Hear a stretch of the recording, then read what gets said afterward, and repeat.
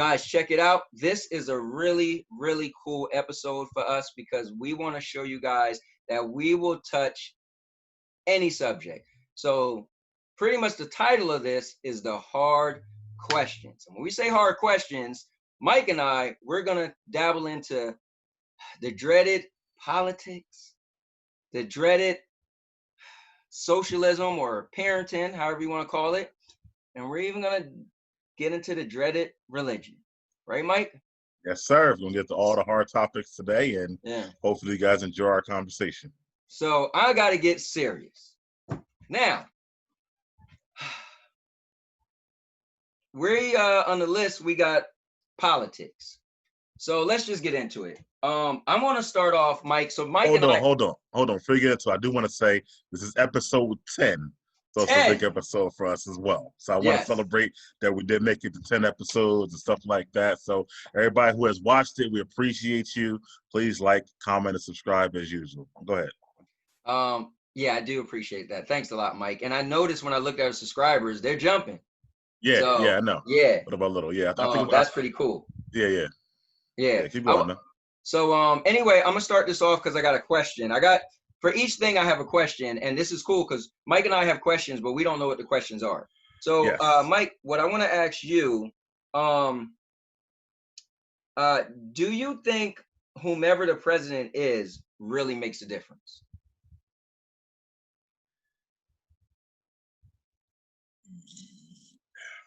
That's a good one, actually. When you say make a difference, you mean how, though, as far as for... Okay, so here's the thing. I used to not be into politics at all when I was younger, right? As I got older.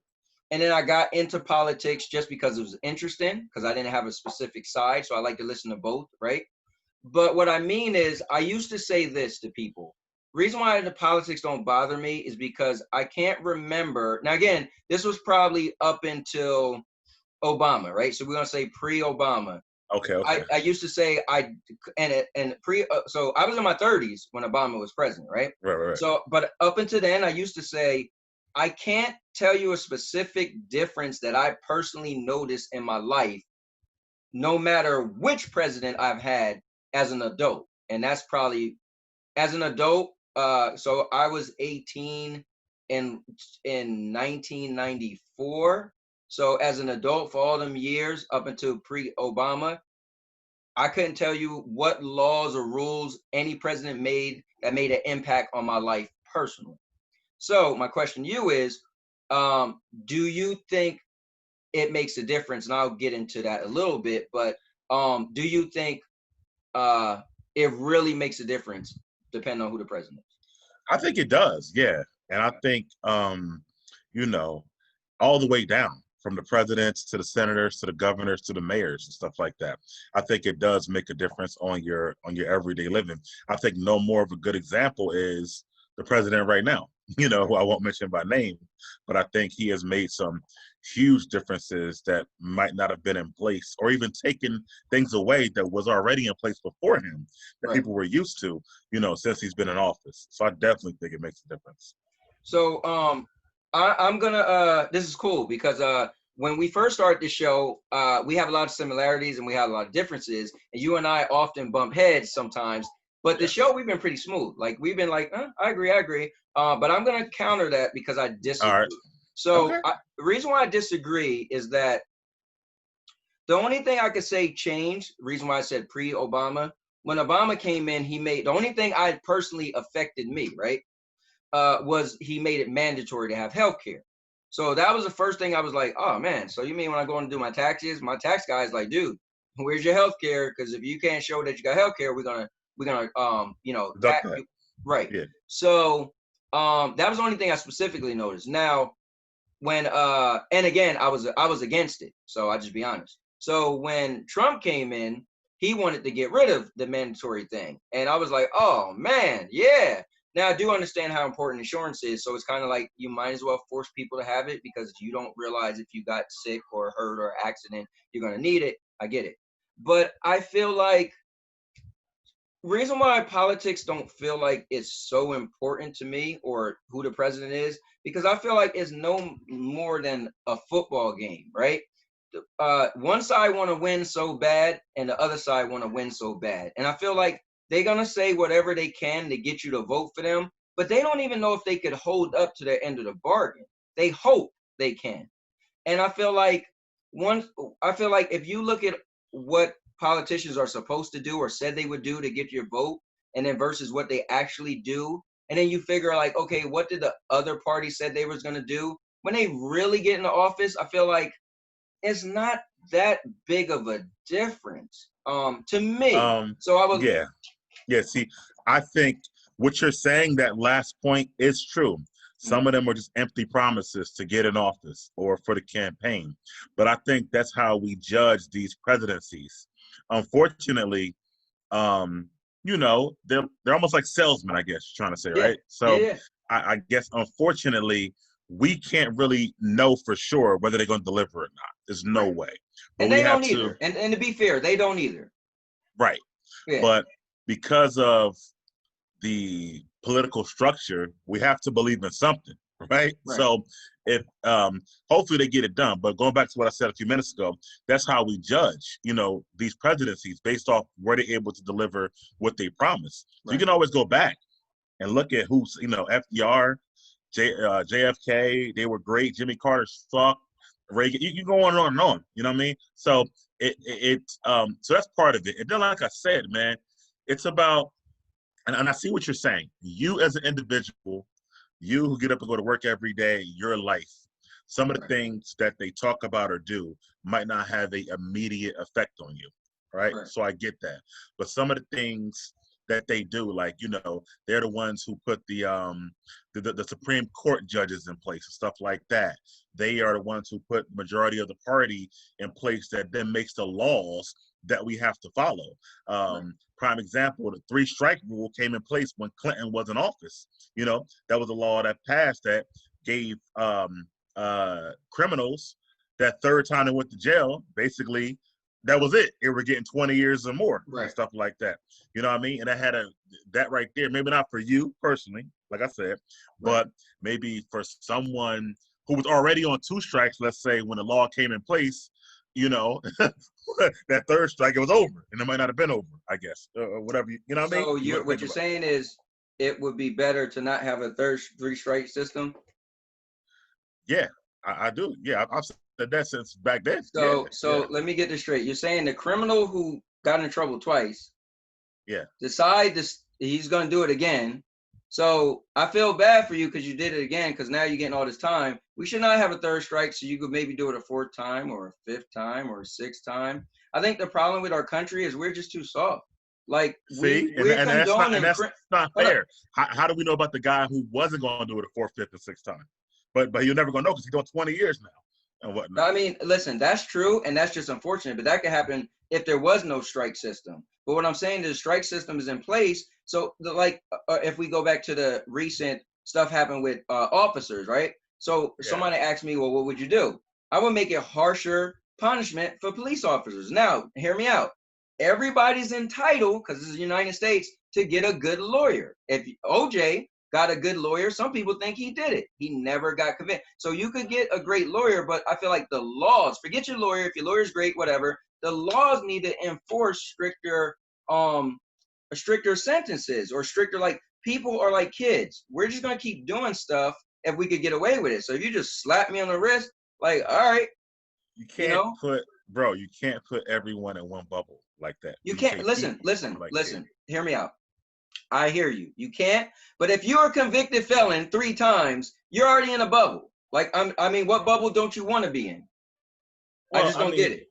we can go a little further to the laws themselves that are felonies or Right. misdemeanors or what you got in trouble for and stuff like that. Like, say Right. if 3 times you had a $10 bag of weed, all right, all 3 times, right? But you're doing 20 years, you only smoked $30 worth of weed, you know, for 3 times. You know what I'm saying? Listen, And these are felonies. I understand what you're saying, but I'm like, does the punishment really fit the crime in that particular case?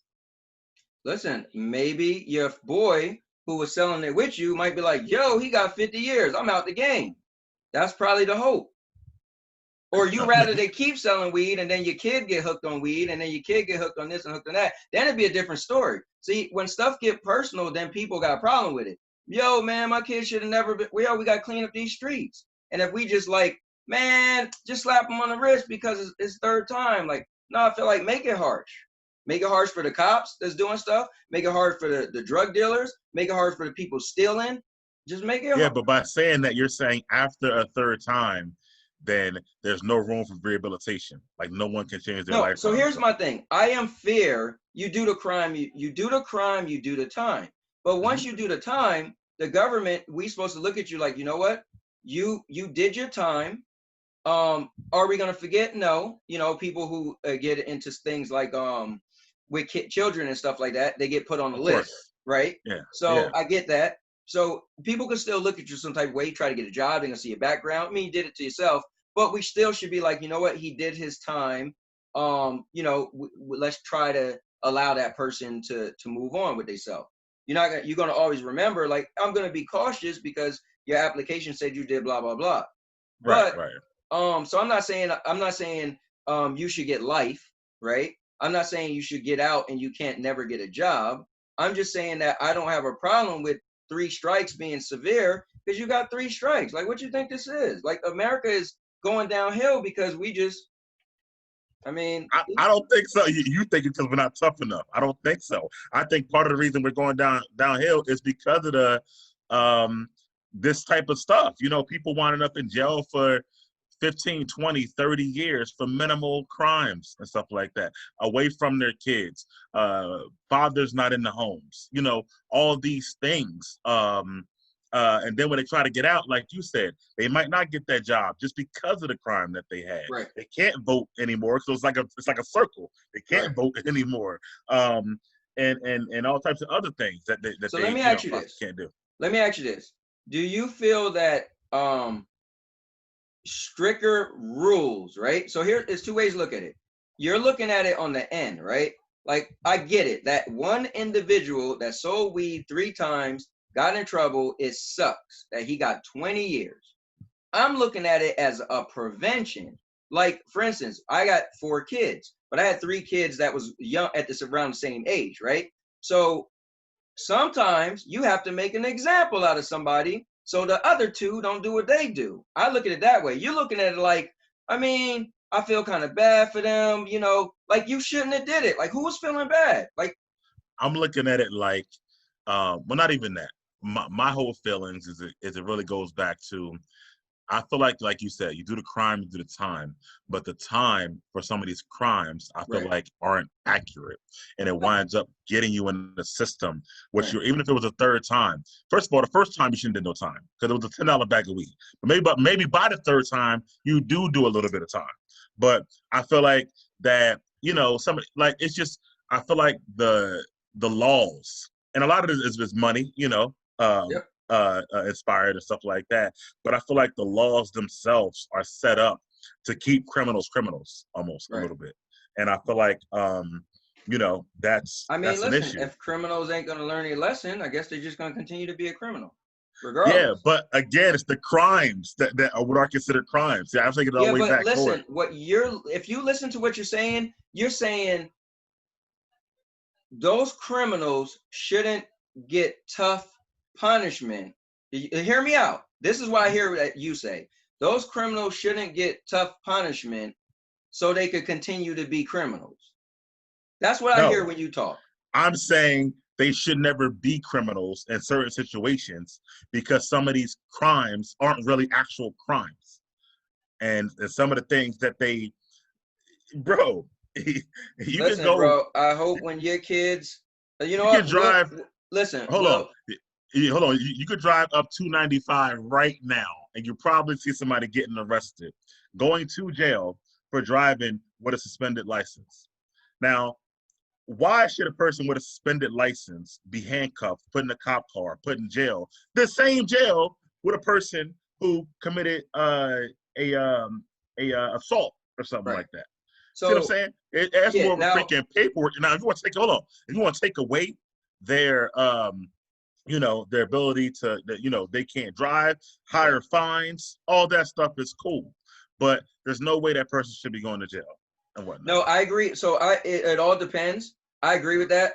The drug thing, I'm just not cool with. So I feel like, listen, it's kids getting strung out. It's fathers like having broken homes because they're strung out. So I feel like the drug thing, me personally, make it serious because it needs to be cleaned up. But people are going to keep doing it because they could get. Let's be clear. If you could get away with something, you're just going to continue to do it for the most part until you feel like it's time to get out because things are getting strict. I might get in trouble. Yo, the sentences are getting serious. Let me stop doing that. But there's always people that's going to find a way to still be criminals. But let me pull it back a little bit. So let me, before we switch subjects, because we're supposed to be talking about politics. That's what I was about to do. So I'm gonna pull it back. But go ahead. Yeah, that's cool. Yeah. So obviously we have different views of the presidency. Right. Let me ask you this. Let's just get into it. Who? You don't have to say why or your affiliation, but who do you think? Not that you want, but who do you think is going to be the next president of the United States come November? I think Biden will win, more so now than he would have before. I'm not saying I'm very heavy on Biden either, but right. I think that hopefully that he has good people with him, advisors. Presidency is a lot about your advisors too. Yep. And who's with you on your, on your staff and stuff like that, more than anything. So hopefully he has good people with him to help make the best decisions. Of course, he has Obama as a, friend he can talk to and stuff like that. But I do think Biden will win this time. Ironically, though, I thought Trump would win last time, and he did win. So right. People were surprised, but I did think he would win, honestly. Right. I actually think Trump's gonna win. Okay. Yeah, I feel like it's a weird thing with him. I almost feel like he can't do any wrong. I think he does stuff publicly that everybody's watching, and anybody with a good conscience or common sense could be like, wow. But he's had such a following. He's a showman. He knows how to command the audience, even if it's against him. Controversy sells. He keeps the eyes on him. It's like I barely hear anybody talking about Biden at all. It's weird. The buzz and again, what's real important is wherever our little community is, we gotta realize it's different somewhere else. A buddy of mine's got on a podcast and he lives in Arkansas, and we're all like, man, I don't think Trump is doing good. He was like, is that what y'all think? We're like, yeah. And he used to live here, and he's been in Arkansas for maybe 10 years now. He said, dude, I live in an all-Republican state. Everybody thinks he's handling it great. I was like, I would have never thought that just from watching him on TV. But there's a large amount community out there that. No, I know that.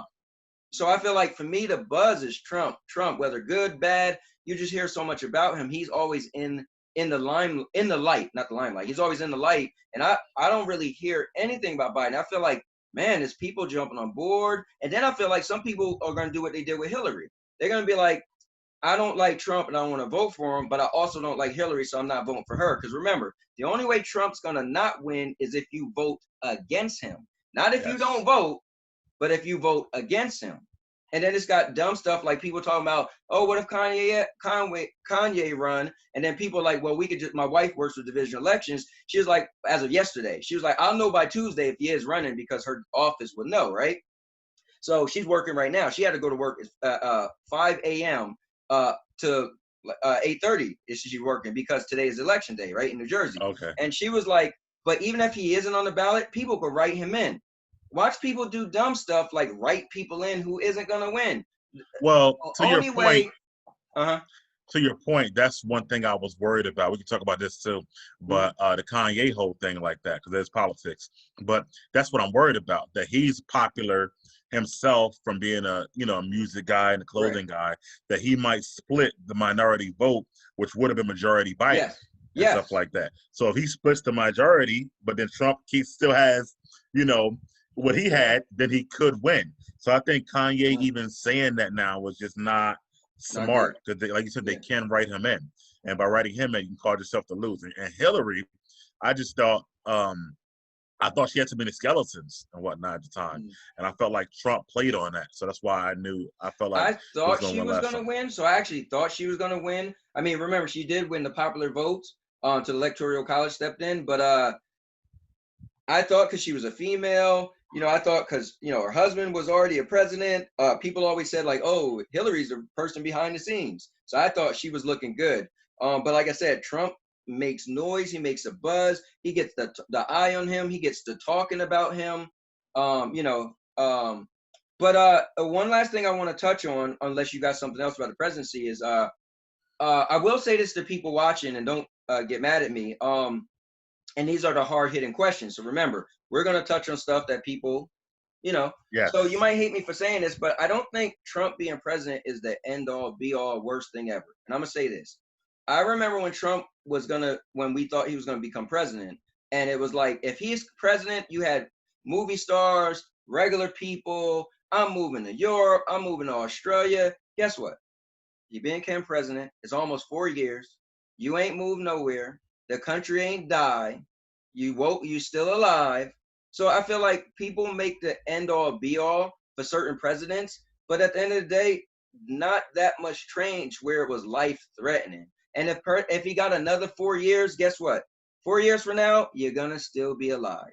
I don't think we're gonna have a World War III because he's the president. Yeah, it looked scary at one point with Korea, South Korea. Mm-hmm. But I just feel like people go so extreme and they like so bent out of shape. But it's like, dude, I guarantee you can name a point in time in your life where there was a president you didn't like.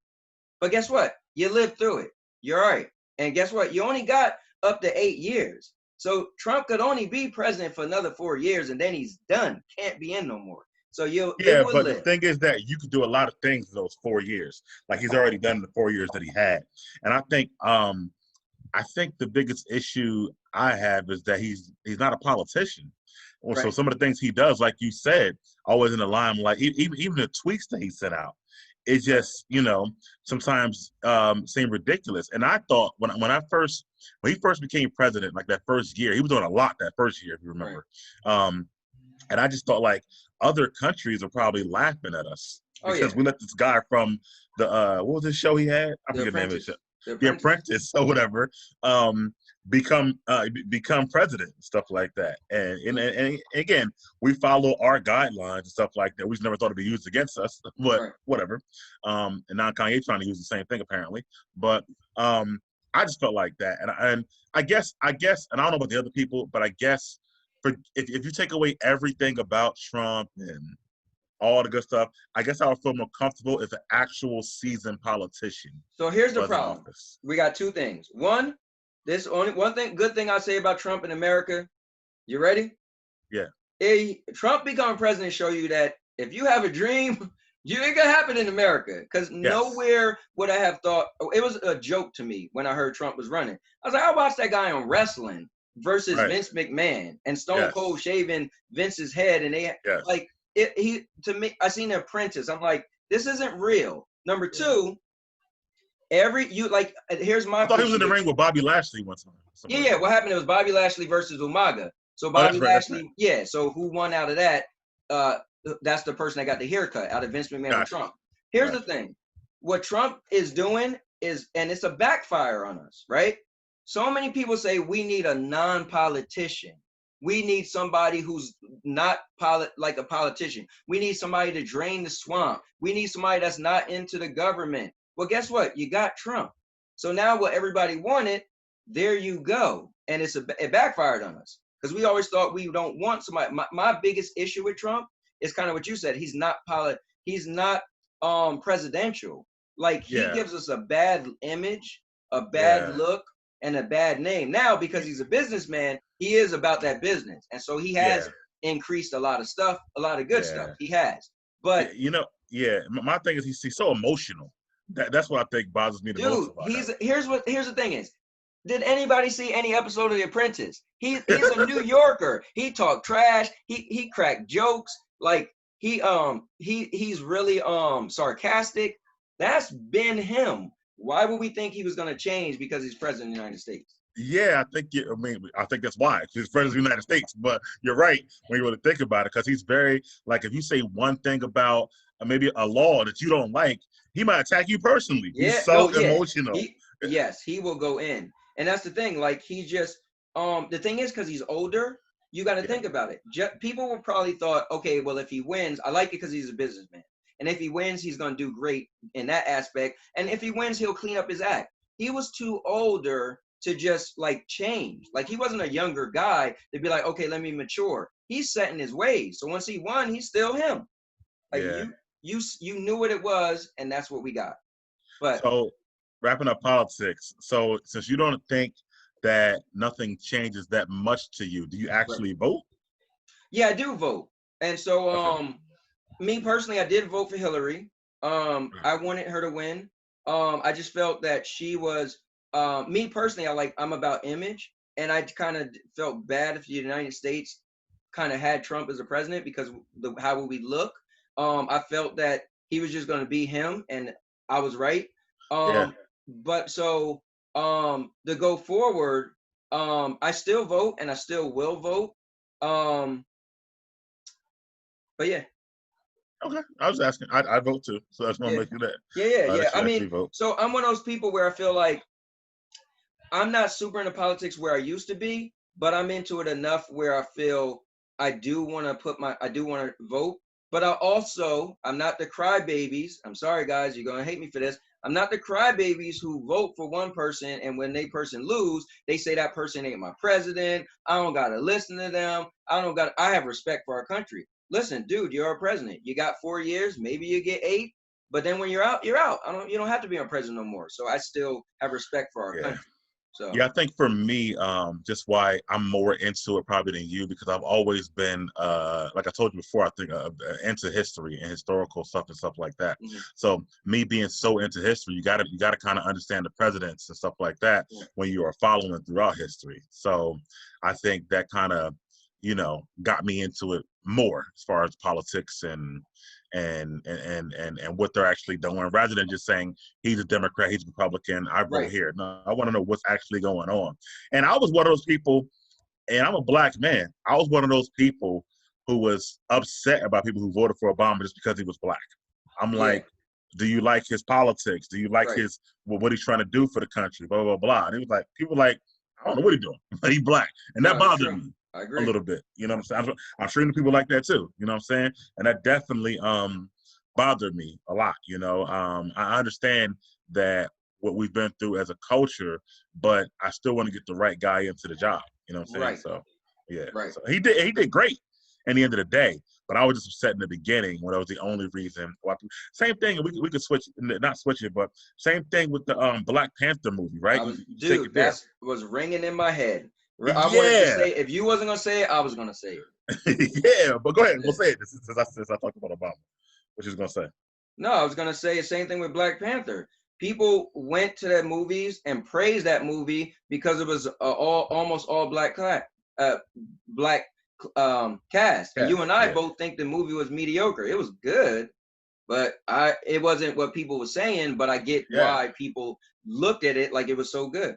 I feel yeah. like don't Exactly. let Same your thing. I said. color, I yeah, like it's like don't let your color mislead you because there might be people who aren't even for your color and you're all unknown because they have the same color. Be more behind the scenes, like you said. If you like that politician, make sure he's for you. Obviously Obama did a good job as being a Democrat, but it's just yeah, don't just jump on the bandwagon because of color. Yeah, and you made a point the other day in our chat when you said, well, that T-shirt I sent with Blade, that he was actually the first black superhero on screen and stuff like that. He was. And people didn't go hard for him, but when Nah, Black Panther came out, it was a whole different story. So, right. you're right about that. So let's move forward to parenting and socialism. So I won't spend too much time on the thing. Yes, sir. Um, so now let me go first this time for the parenting Yep. situation and whatnot, because you are not only a parent but a grandparent, Yes. and you have 4 kids, right? Yep. Is it 3 girls and a boy, right? Yes, sir. Yeah, and I've seen 2. I never see the other one with the one with the kid and whatnot. I guess Okay, and it's my granddaughter's birthday today. Okay, so I get a Yeah. chance to see her on the video then. Yeah, That's just cool. left her a birthday party. Yep. Okay, all right, cool. So, and I think they started living with you when they were like 13 or adolescents and Yeah, stuff yeah, like yeah. that, right? Yep. My kids were teenagers and they started living with me. I got full custody of them when they started going to Right, high school. right. That's perfect. So, them being teenagers when you got them, Mhm. how hard was that, since at that age kids are already kind of, you know, starting to get set in different ways, want to be you know, grown, so to speak, as they tell Right, us we were kids and stuff like that. How right. hard was that for you? So the And cool I thing asked was, because hold on, I asked that to you because my kids aren't there yet, right. so I want to know how it is. Yeah. Right. So the cool thing is, I had, when I got a divorce in 2001, I believe, from their mom, I had 50-50. So we got a divorce and said we want the kids for 1 week on, and then it's Yeah. your week, and then it's your week and your week. So I had my kids throughout their life every other week. So that was cool. So it wasn't like, I only had them on weekends, and then when they was teenagers, I got them full time, and then it was like, oh, they got these attitudes. So I was always in their life, thankfully. It was a few times where I didn't have my own place, lived at my grandma's, so then they couldn't live with me. I couldn't do my week, but that never was that far. And then I lived in Florida for a bit of time, less than a year, and they only lived with me for about a month and a half. But so having teenagers, was a little difficult. It was definitely more difficult than when they was younger. My oldest is 23 now, and she was like the good child. I probably could only remember her doing like two bad things in her life. That was like bad. But my my daughter, who has a daughter, and my son, who is 21, so he's 21 and she's 20. She'll be 21 the 31st of this month. They were more like the get in trouble kids. I remember I had to go to court for them. Breaking the curfew. They got cops pulled up on them and their friends because they was outside late. In our area, it was no joke.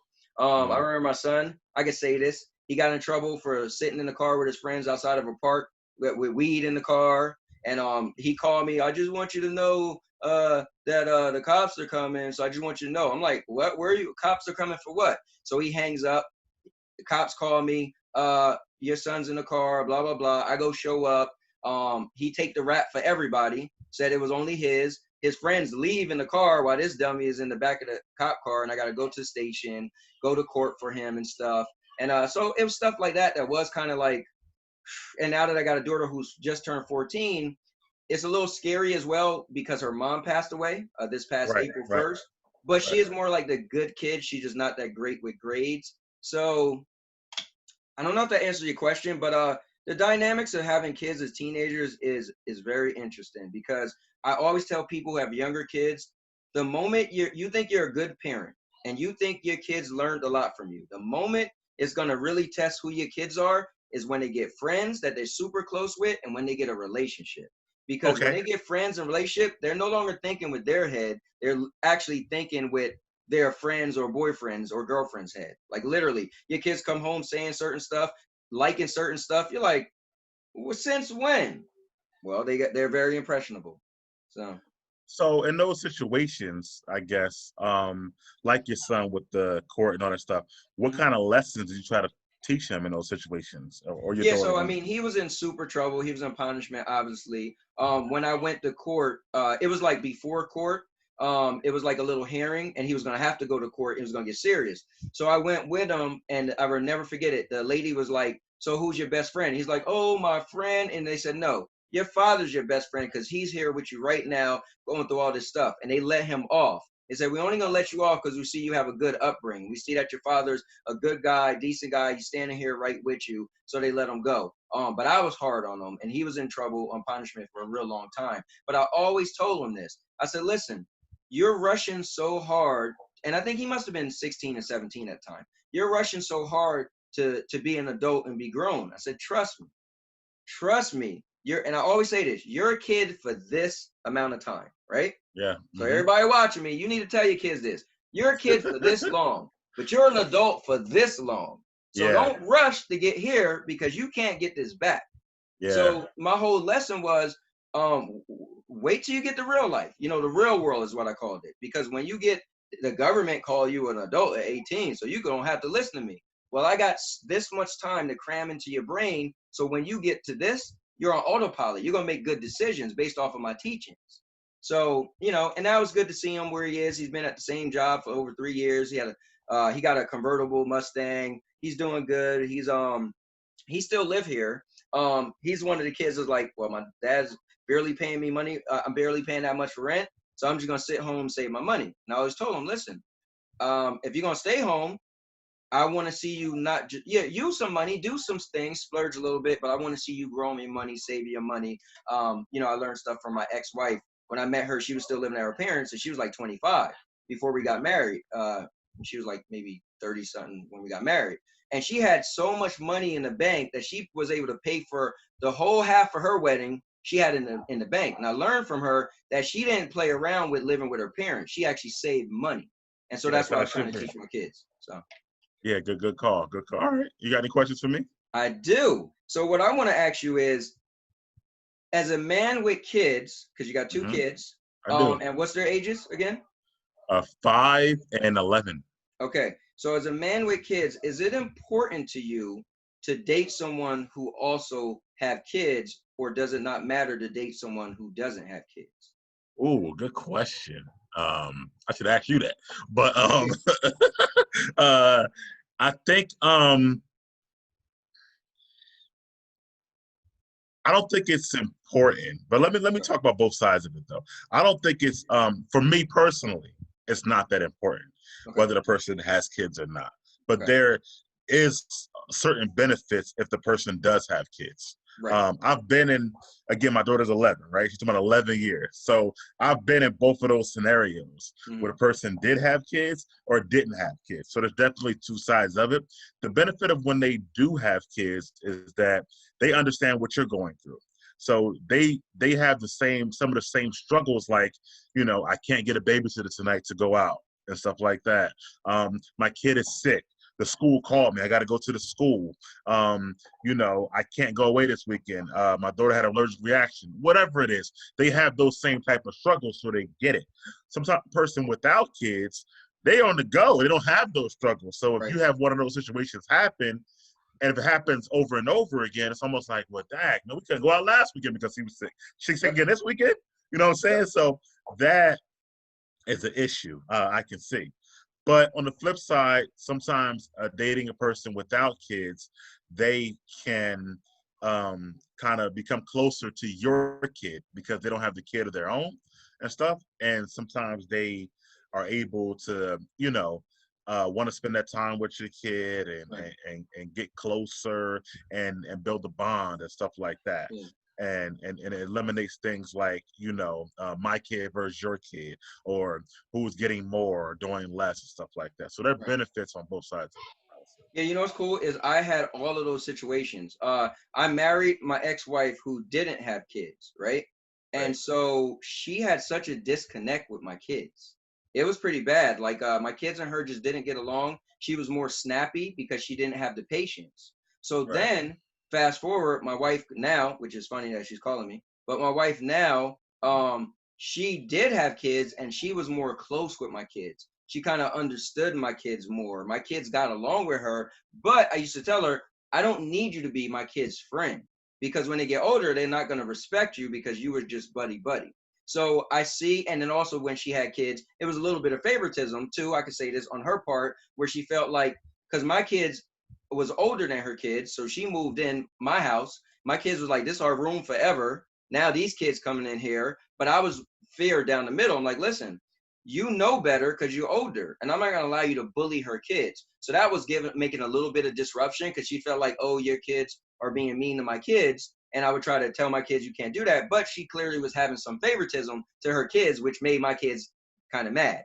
yeah, So yeah, yeah. so it is, Interesting. it is a little bit this and that. But I will say, if I had the choice, I do prefer the person with kids because the way I got around that is say, listen, what we should never do is allow our kids to pull us apart. Because I watched my mom and my stepdad, which last week, Wednesday, made 30 years. And when we was little kids, we couldn't stand him. We tried to make them break up. And one time he moved out and back to his apartment, and my mom and him was almost done because of us. So what I realized as I got older is like we was just young, dumb kids. And now I'm more close with him than my mom.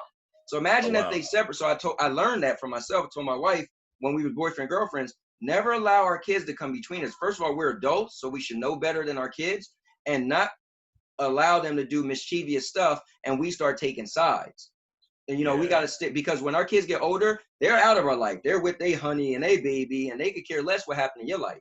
Like I moved on and got married, so I could have broke up my mom marriage that ended up being 30 years. I could have broke it up when they was before they even got married, and my mom could have missed out on this long lasting marriage because I'm some young kid and I don't like discipline.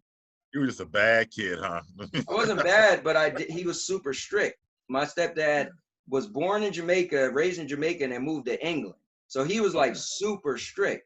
But when I grew up, I was like, dude, I respect him so much for that. He helped me be a decent individual, you know? Gotcha. You know, so. Okay. Yeah. See, in my situation, you know, in my life, like I don't have a problem with a person with kids. And if I were to actually just pick one, even though we're not doing pick one yet, but I probably would be like you, go with the person with the kids. Sandy Cheek still calling? No, I'm just gonna text her though. Okay. All right. So, in my world, you know, you know, from my mom, my sister's dad, she he was pretty strict with me too, but I think I had a similar experience. I kind of learned to like him and respect him later on. He taught me a lot. Right. He moved to North Carolina. Now him and my mom didn't stay together, but you might be right. I might have been part of that because I was, you know, not the greatest kid at the time and stuff like that. But overall, it's stuff that he said back then that I still use today, you know, from when I was a kid and stuff like that. Now, on the other side, with my dad and my stepmom, they've been together like 20 something, maybe 22, 23 years or something like that. But that's a whole different thing. Like, we don't even look at each other like separate or whatever. Like, she will always say, these are my, you know, this is my son, or my dad. Same thing. Like, it's just like a one family. There's no like step involved or anything like that. So that was kind of like, she's like, you know, I like again, they've been together since I was like 12. So pretty much all my formidable years they've been together. So with her, it was kind of like what I said before. Like, she kind of taught me a lot and helped me, and I never looked at her like an enemy or outsider, I guess. Or like you probably could just stepdad at first, whatnot. So never like that. But if I had to make a preference, I would go with kids as a person who's you know, dating and stuff like that. So. You know, cool. Yeah, definitely. Now, bring up socialism. Give me an example of socialism. I know we're tying socialism and parenting together, but you had brought it up a little bit on one of your other podcasts you do. Well, socialism is stuff that's going on right now. You know, like that's not what it is, but that's an example of it. I'll say. Like, you know, in the world, as far as like, what do you believe in? What your views. Your social views, as far as like, you know, what should be done. How do you take a stand? How do you fix things like systematic racism and stuff like that? That's like Martin versus Malcolm, right? It's like, that's like socialism. What are your, you know, views? Or stuff like that. So let me ask you this. How would you feel how important is that to you? Like, in a relationship?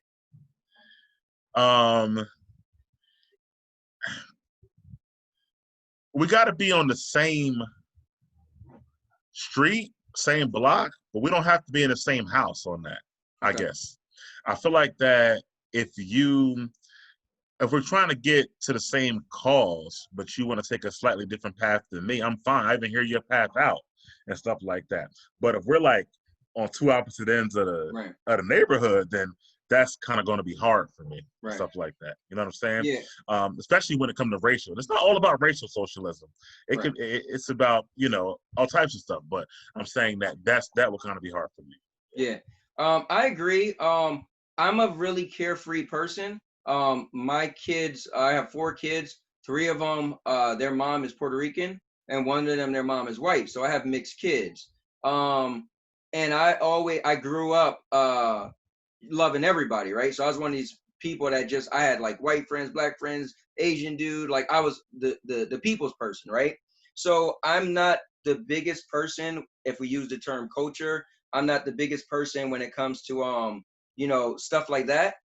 Because I feel like I used to once say the way to change the world is mixed babies, because eventually if everybody's just mixed, and then again, I guess we'll argue over, well, I'm black and white, and you're Spanish and Chinese. That's socialism right there. That statement right there is socialism. Yeah. Definitely. So so I guess I'm like you though. I maybe a little less.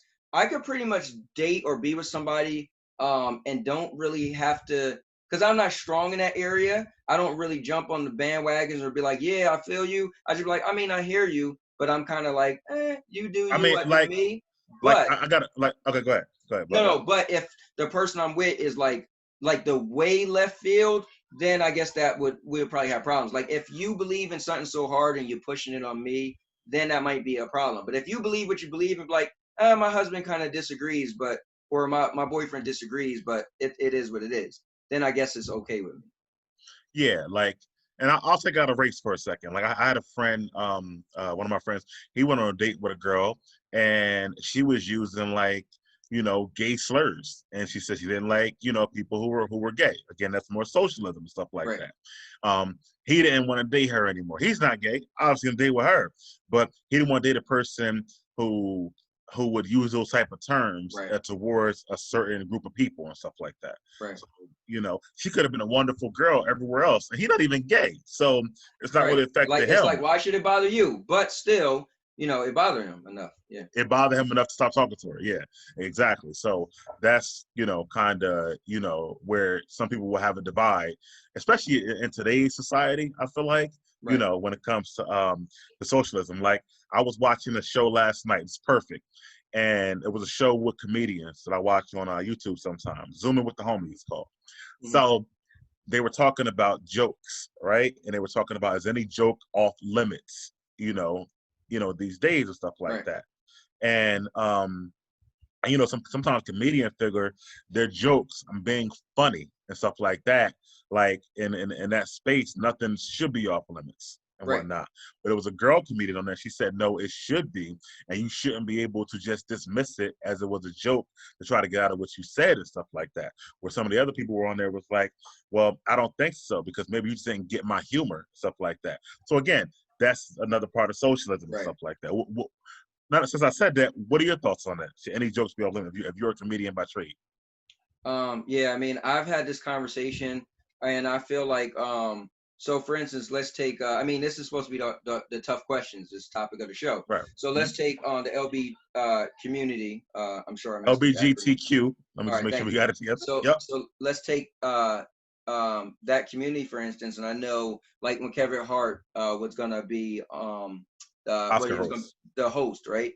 And so he said something a long time ago, and people got on him. So my thing is this: a joke is a joke, is made to be funny. Everybody's not gonna get the joke, but in a sense like that, I can make a heterosexual joke and everybody will laugh, right? I can make a joke about the black guy and everybody will laugh. Not everybody, but for the most part, you get people to laugh because you thought of, oh, this has a punchline. Some people are gonna laugh.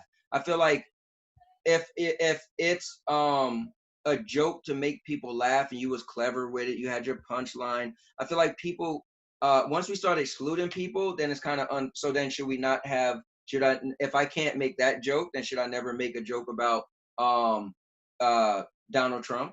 Should I never make a joke about black people?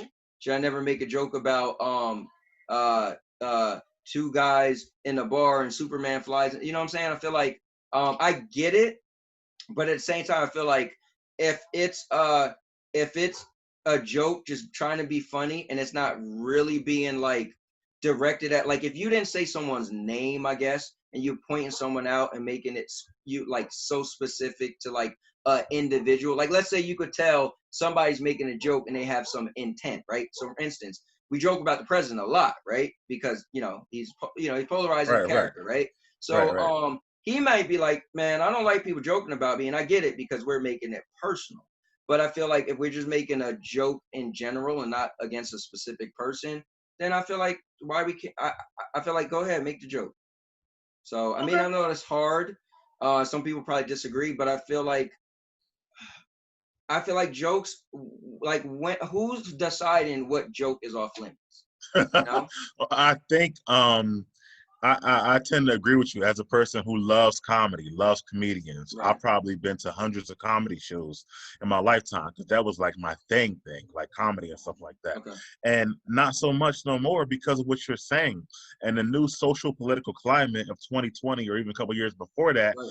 everything seems like it's off limits. Comedians can't be authentic anymore to themselves because they're so worried about getting quote unquote canceled for something, you know, they might have said. Right. Like I think it was like a year ago, and they were talking about Eddie Murphy was talking about he might go get back on stage. And I was like, bro, I don't even want to see it because the stuff he did in the 80s, that Yeah. whole set would be, they can't even play it Right. because of the social political climate right now Right. or whatnot. And if it's gonna be like a watered down version of Eddie, I'll just leave, you know, my mind where it was. Yes. You know Yes. what I'm Let me saying? just still remember just Eddie Murphy Raw. Right, that's what I'm saying. Right. Exactly, because Eddie didn't hold anything back, but it was all comedy. Like to your Right. point, it didn't kill anybody who watched the show. It didn't, you know, Right. everybody was fine at the end of it. And Stuff not like for nothing, I feel like if everybody want to be accepted, right? Then let's just the best way to be accepted if we just feel the same. You joke about me, I joke about you. Like, you know, if people are off limits, then you're kind of like segregating yourself. You're in your own little thing, you know? We're yeah, trying to be one, everybody's trying to be one. So yeah. It's just like you used to be at school. We used to roast each other and stuff like that. oh You know, yeah. back in the day. It doesn't mean that I hate you or I hate the person that you are or what you stand for. It's just a joke and stuff like that. And I just feel bad that, you know, that the climate changed. But I guess again, that's part of some of the socialism stuff we talked about. So, Yeah. you know, there you go. All right, let's move on to religion. I know you've been dying talking about religion for Man. many Well, months. the reason why I want to talk about religion because I feel like people avoid it so much like the plague, and I get it. Um, a person's belief is a very, very powerful thing. It's the core of that person's being. And so, and I don't even know if we need to ever bring it up again because it's like so serious. But I feel like I like our show to be the show that we can table almost anything. So that's why I really want to bring it up. I don't have like too many crazy stuff to bring up about it, but I do want you and I to get into it and have a conversation. So I had a question for you, and my question was, let me get it exactly how I had it. And my question for you was, do you feel it's important to carry yourself a certain way in order to be considered a Christian? Because Huh, if you that's because a good again question. because you your mother, right, Yeah, yeah. is a pastor. My dad's a deacon. All My right, so grandfather's a pastor. right, It's a whole thing. Yeah. right. I said yes. Um, it is important. No, how I want to say this. I think it's important, yes, to show Okay. um how, It's a hard one, it, man. you know what? It's a hard one because I feel like there's a line, right, Okay. of carrying yourself. I feel like if I still like rap music, let's say, Okay. or I watch an R-rated movie or something like that, I'm still carrying myself as a Christian. You know what Okay. I'm saying? But if I go up to these dudes on the street and I start, you know, bullying them and slapping them up and stuff like that, then I feel like I'm not carrying myself as a Christian and Okay. whatnot. And let's just say bullying them for no reason, making them cry. So it's not criminal at all. So let's make sure that it's not criminal, but I'm not carrying myself as a Christian either in that way. Right. So I feel like there's a line of what it is. But I also don't feel like I have to be suited and booted every day and only talking about things within the Bible and not listening to my favorite, like I said, song or things like that either. So I feel Okay. like there's a line, I would say. Got you. You know why I brought that up, right? Because so you thought you heard months ago? No, I know what I heard months ago. So I just want to tell the people Go I feel ahead. this type of way because this guy, I wanted to do a show where I'll talk about religion. And since he was in religion, you know, he was religious or he has family in the background. He And is religious, not was. Go ahead. yes, he is, and he can sing and stuff like you know, we haven't That's talked true. about that yet on this show, but We will. hopefully the first time you sing may be on our show. Okay. So since all the other shows try to get you to sing. Anyway, Right. so I asked him would he be a part of this thought that I would have a show. And we would have one guy that was atheist, myself, wherever I am in religion, because I would have brought it up on the show, and Mike. And Mike answer was, well, I do other, again, what I remember, he's going to say what I remember his answer was I do other shows, so I don't want to be on that type of show because I don't want Christian people to see me on this or hear me on this and hear me on that and then feel some type of way, because he felt like maybe he could get a little ratchet on some, or talk about some conversations that the average or some Christians wouldn't like. So that's why I was curious on how do you feel? Well, full disclosure, right? The reason I said that, right. which you thought you heard, but no, the reason I said that was because my mom, who was, I told you this a little bit before, but who was listening to my previous podcast, and she came to a point where she said, I love you, son, but I can't keep listening to this and whatnot. You know what I mean? Because some of the stuff that was being said on the show. Right. So I figured, you know, maybe other people within the faith might feel the same way. Right. And I don't want them to come and say, well, he's here, and there with that, stuff like that. So that's kind of why.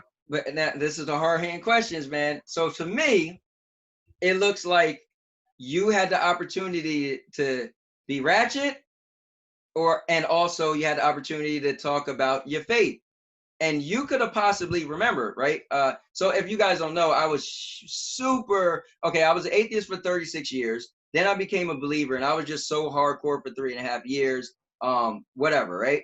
So the reason why I'm kind of bringing this up, because everyone who's a believer have the possibility and potential to save someone, right? Someone who never gave their life to Christ. So if you said, I rather be on my ratchet show and I don't want Christians to see me there, but in one end you could have been missing the boat, where maybe you and your personality, which I love, I said it from day one since I heard your podcast, you could have been potentially opened up in that way, and people heard you and was like, whoa, and you potentially could save someone. So I feel like Christians often, the Bible said we are called to do works, right? Fishermen of men, right? So you could have potentially maybe let somebody down the Christian path, but in a retrospect, you kind of chose not to, because wait. Let me clear that up. I didn't choose to be ratchet. Because most of the stories I'm telling are what at the time, right? Because we got to go back. Because my show has changed now than what it was back then. Right. But the stories I was telling back then were older stories. Right. And of when I was at a very ratchet part of my life before I became so religious and stuff like that.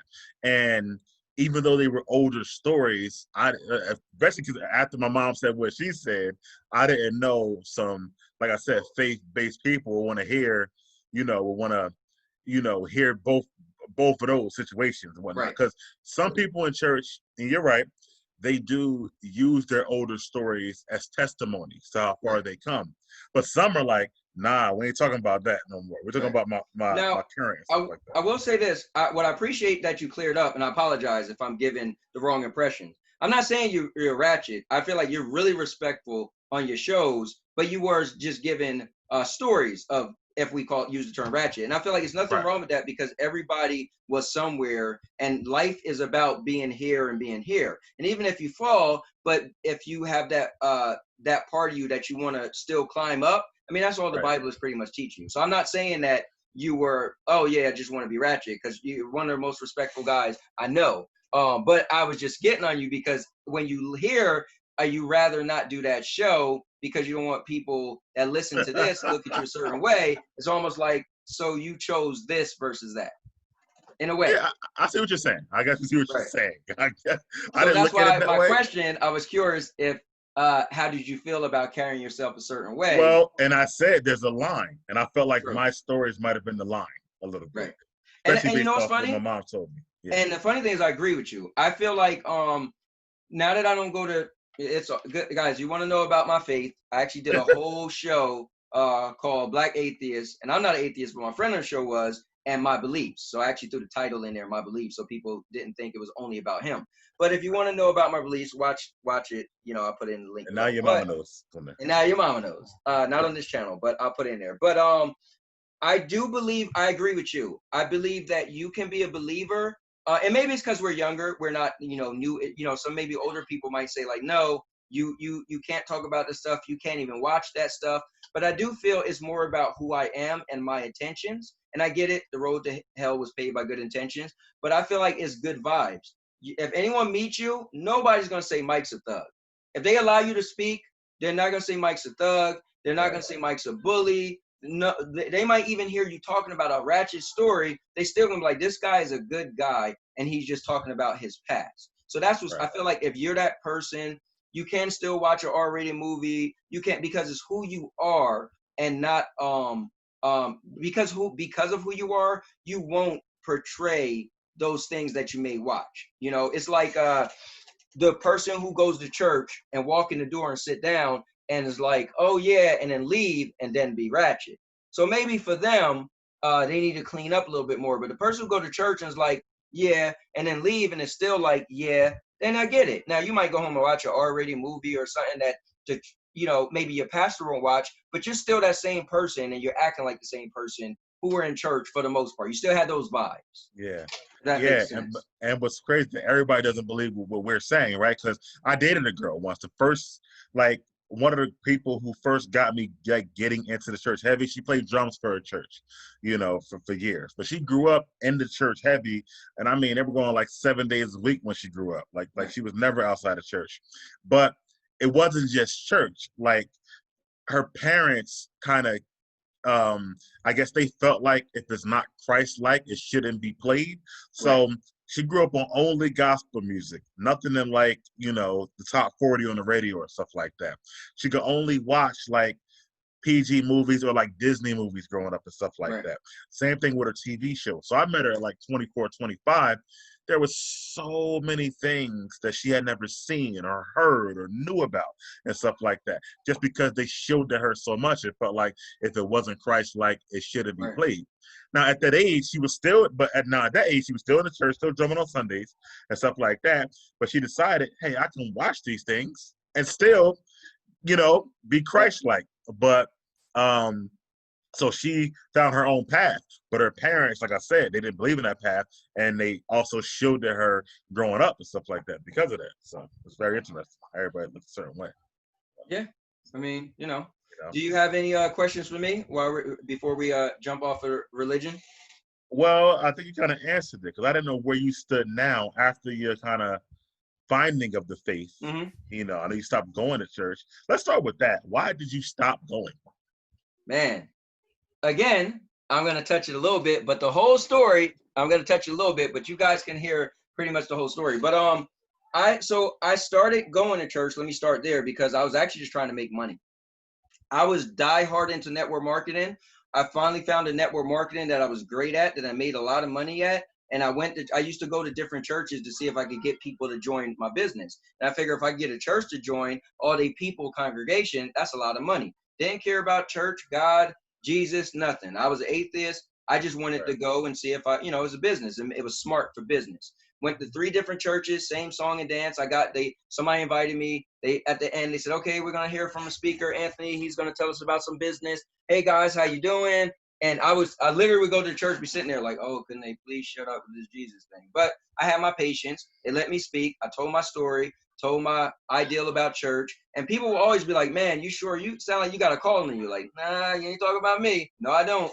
But anyway, blah, blah, blah. Went to 3 churches.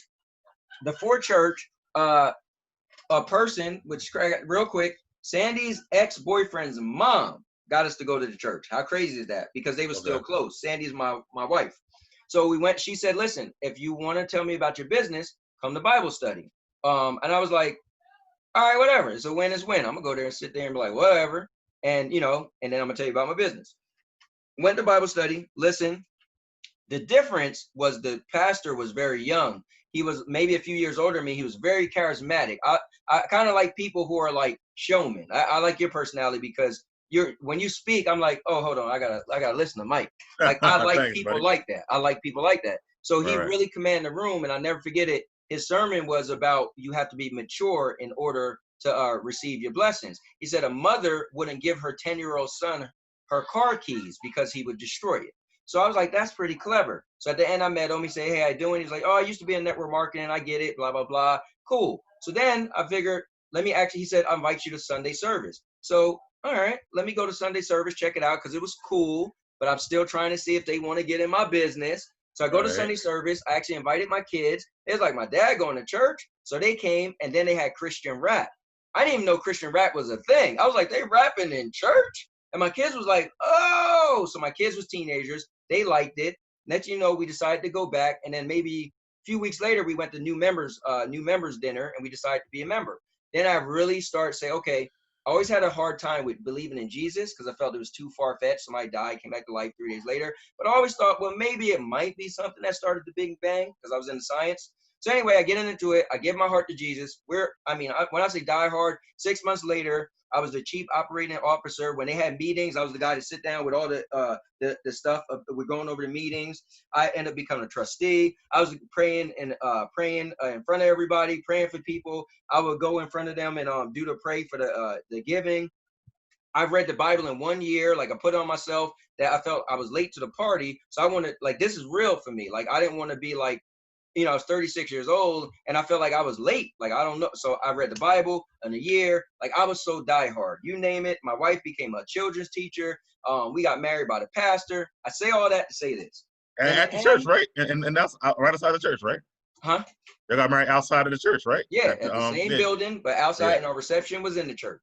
So I say that to say this. My pastor was a really charismatic guy, but he was also in the military. And so he was no nonsense. And so before I went to church, I thought that people who went to church, everybody was goody two shoes. I used to say, oh, that's stupid. There's no Jesus, no heaven, but at least they're trying to make the world better. So when I started to go to church, I realized, everybody in church, people on the inside was like worse than the people on the outside. But it's real. At the end of the day, like to say, it's a hospital for the broken. You can't go to church and think they're all different people. They're just like you and me and people who don't go to church. They just want something to give them a reason to change. Anyway, my pastor pretty much, for me, to be honest, was rubbing me the wrong way because I felt like he was super stern and some of the stuff in his ways kind of wasn't my ways. And I also felt, I'll say this so the people might want to burn me alive, but I felt like it was more of a black church. It was kind of more to like I remember one time I was complaining at work to a coworker about like the way he kind of act and he get on you. And he was like, what? In my church, I remember one time a pastor climbed over the seats and knocked over Sister Marie and her wig fell off. He was like, that's just normal. I was like, bro, nothing about that is normal.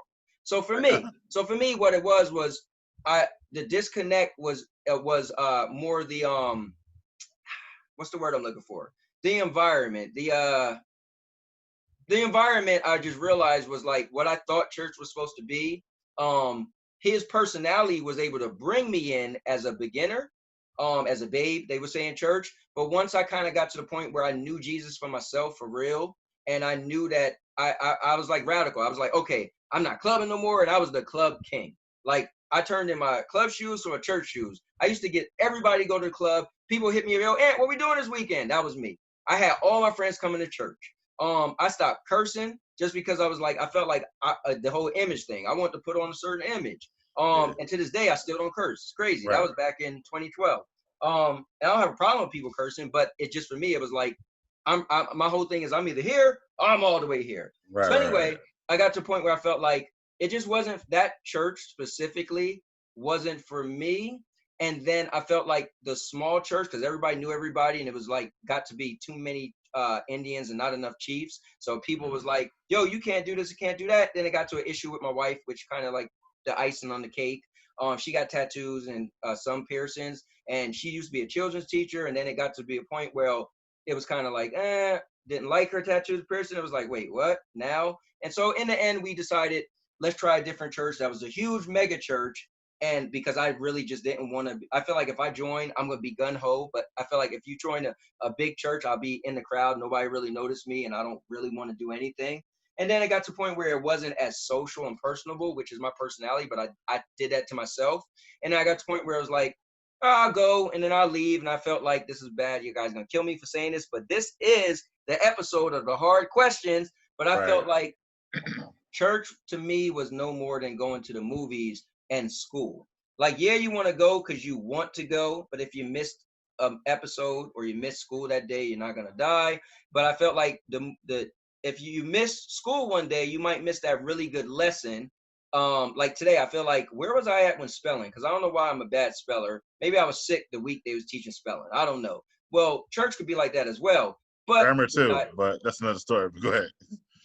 only read some of your text messages. Go ahead. Listen. Hey, listen, bro, you in the same boat. So we going on grammar. But yeah, I felt like so I feel like I don't need to what I learned, again, don't take this the wrong way. If you go to church and you like church and is helping you, keep going to church, because the Bible does say thou shalt not forsake the assembly. Hebrews 10:25, right? So don't do that.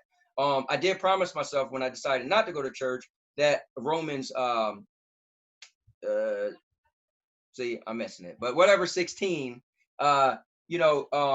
don't be afraid to share the gospel. So if I was at a diner and somebody was next to me and I heard them talking about God or whatever, I'm not gonna impose myself, but if they're close enough, I might say, hey, like a friend of mine, she called me up, we was talking, and she's an atheist now. She was like, nowhere in the Bible does it tell you to go to church. I was like, I mean, Hebrews 10:25 does say thou not forsake the assembly. I want to think in I guess it was like 2019 when we had a conversation, maybe the assembly means church. So I won't be the guy to be like, oh, well, I'm not going to say nothing. I still have it on my heart to say something, but I'm not going to be all extra where I used to put every post on Facebook was like, you knew Anthony's a church guy. So now I'm kind of more relaxed. If we get in a conversation, it comes out. But so. But if I invited you to my church, would you come? Yeah, definitely. I'm not against church at all. Like when my cousin got married a couple weeks ago, the whole time I talked to the pastor.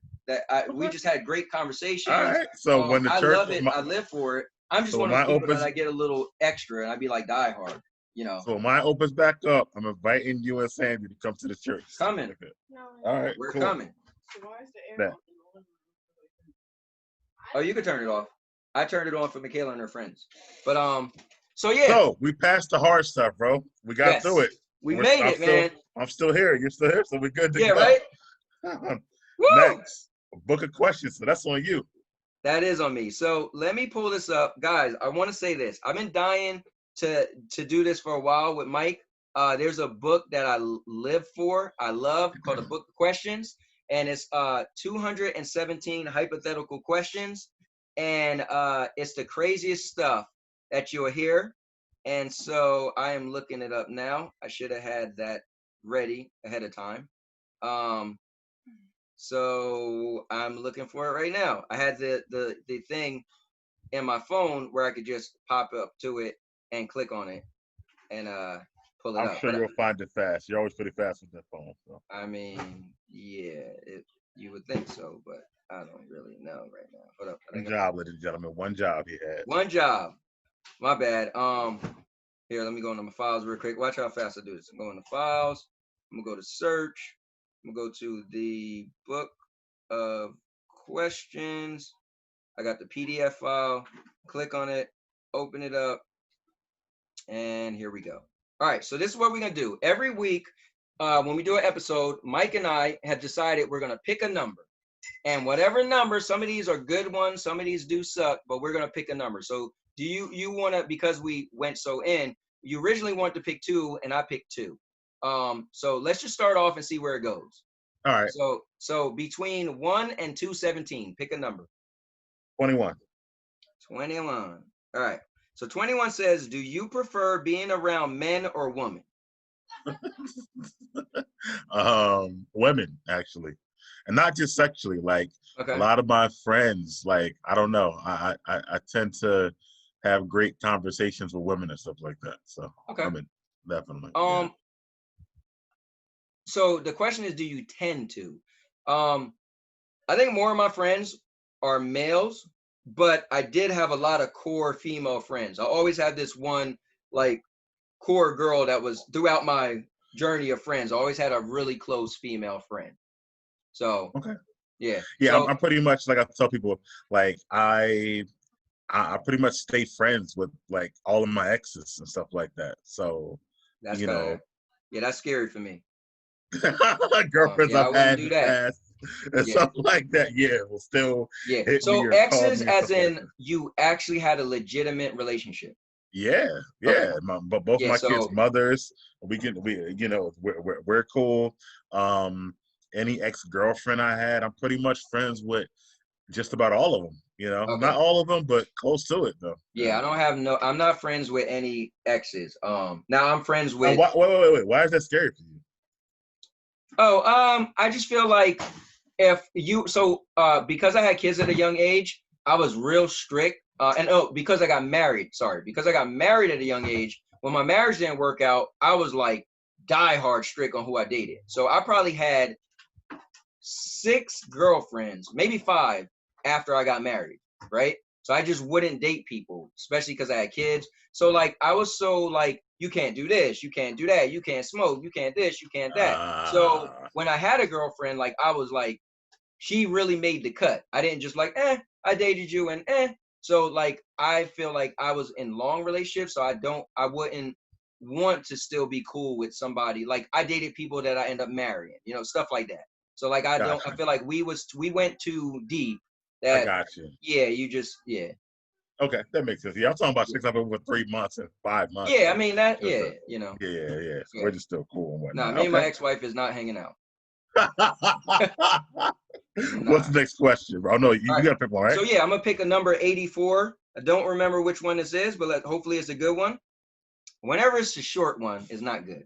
Um, 84 says, would you have one of your fingers? Oh, I like this one actually. Would you have one of your fingers surgically removed if it somehow uh, guaranteed immunity from all major diseases? I'll answer first. This is my question. Um, yeah, I mean the coronavirus is a disease, right? I was I mean about to say, well, a what lot of just people. happened now? Yes, hell I yeah. mean, I'll be like, yo, pick one. What one you take my want? pinky. No, a lot of people think of sexual diseases, but a disease is still a disease. So if you just like, I mean, is cancer considered a disease? Yes, disease, yeah. Well, there you go. So I mean, yeah, I would do it. Take my I pinky. would, and then here's the key. They said surgically, which means I'm be asleep anyway. Right. So it's fine. I mean, for that, I might even let you chop my finger off while I'm up, but you let me go to sleep. I definitely would do it. Because guess what? If I was immune right now, I'll be everywhere for the Yeah, right. coronavirus. You be like, hey, I'm listen, like, right. oh yeah, what Mike at, man? Mike's somewhere in Cali, No, man. no, Hey, no.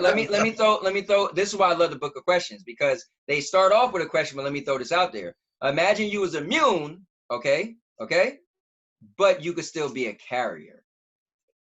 uh, Yeah. So yeah. You know me, I don't want to give to other people, so that was I know. still, change it for me and stuff like I'm still that. I'm doing not. that. Yeah. I'm doing that. All right, I want to give to other people. pick But another hold on. number. So, well, like I said, I would definitely let them cut it off. Yes. My next number would be that's what I was going to say. My fault. On that story, because I can tell a story based off that question. I Okay. was born with 6 fingers on my left hand, Oh wow. actually. So I've already had a finger surgically removed, my 6th finger. And you can see this little right here. That was actually a whole finger at one point, and Oh they wow. actually removed that when I was a baby and stuff like that. So I will have another one because I've already had one surgically removed, pretty much. You be like, listen, Um, I already got one. I already got rid of one, so y'all got to give it to me. yeah, Give me exactly. the cure. Uh, right, I should be able to pass already, right? Yeah. Let me go with 35. My age, All right, 35. 35. All right, so 35 says, would you give up half of what you let me make it bigger since I don't got my glasses on. 35 said, would you give up half of what you now own for a pill that would permanently change you so that 1 hour of sleep each day would fully refresh you? This is another one I like. No, I don't think I would. I mean, that's nice and all, but I think I'd rather be sleeping longer. I don't think I want the 1 hour only and Okay, whatnot. so I don't know if it's the Jamaican in me because my family's from Jamaica, and they always say you want 80 jobs. Bro, if I could sleep 1 hour and it was like 8 hours, you know how much more stuff I could do? I could play more video games. I could have another job. I could be I could go to work and still come home.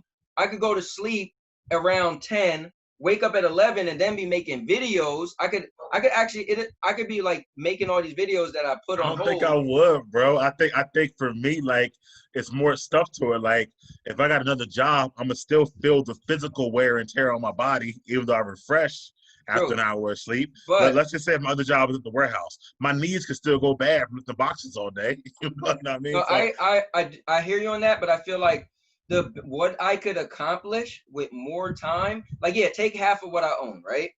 yeah. But what I could accomplish with so much more time and even leisure time, like just dude, I may come home one day and be like, man, I want to get in the pool, but I also want to work on this video, but I'd rather play video games with my friends. I can't do it all, but now I I could. think I think your hobbies play to your answer when it Right. comes to especially the video games, especially, but even Right. some of the leisure things like that. Because I used to live with a friend, you know, roommates, where I'm sleeping at 3 and he up with the headset on playing a game and stuff like Right. that. You know what I'm saying? So if you got that type of hobby, I could definitely see that. You know, I know a guy, he used to play World of Warcraft and stuff Yeah. like that.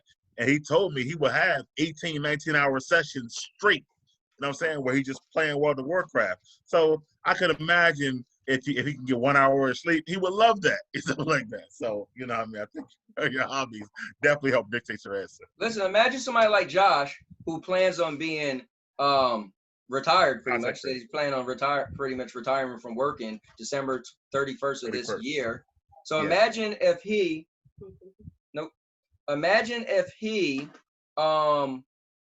was able to do the 1 hour sleep. He would love it.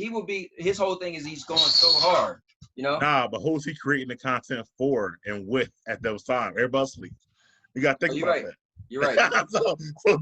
so that's also an issue. Yeah, Maybe because he can most edit, of his stuff is with other people.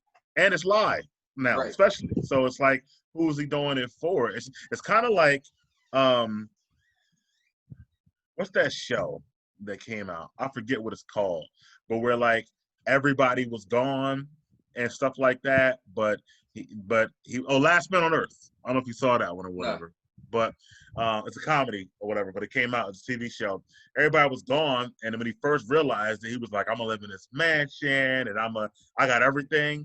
But then after a while, it was like, well, nobody's here with me and stuff like that. And if I'm up in the middle of the night, me particular, like I said, I'm like eventually like, who am I up with? You'll be gaming with somebody in like China or somebody like that, Yeah. having a great time. So, or I'll be working on videos. I mean, I could. Or you can It's work not on just editing your videos. that, Yeah, I agree. but yeah, I mean, you seen how many videos I have sitting on standby. Yes. Like, just think about that. I'd be like, all right, I could do like 3 tonight. You know, bang out 3, do another 3 tomorrow night, and play video games. Yeah. And work out. I think it depends on now. Maybe that if I could work out more and stuff like that, Yeah. maybe that. But I think it depends on the There's a person. lot of think about how much in the average person's life they just simply say, I don't have enough time to do that. Yeah. There's not enough hours in the day. That's so common. But now to be like, oh yes, it is.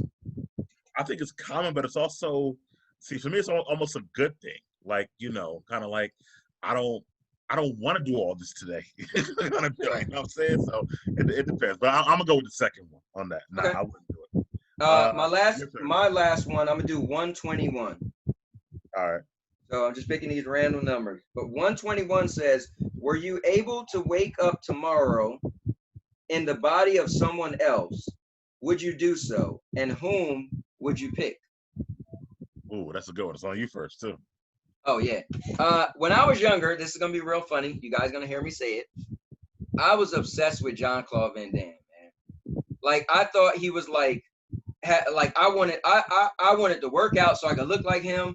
His martial arts, his kicks. So I really, really, really I admired him, especially from Cyborg, right? But I guess growing up, I mean, I gotta pick somebody. Yeah, I don't know. Maybe I would have been Jean-Claude Van Damme in his prime. No, the question is, would you change right now, though, or would you stay yourself? I guess I'm all right with me right now. I don't know. Maybe. That's a hard one. Yeah. So really 2 questions. Would you change?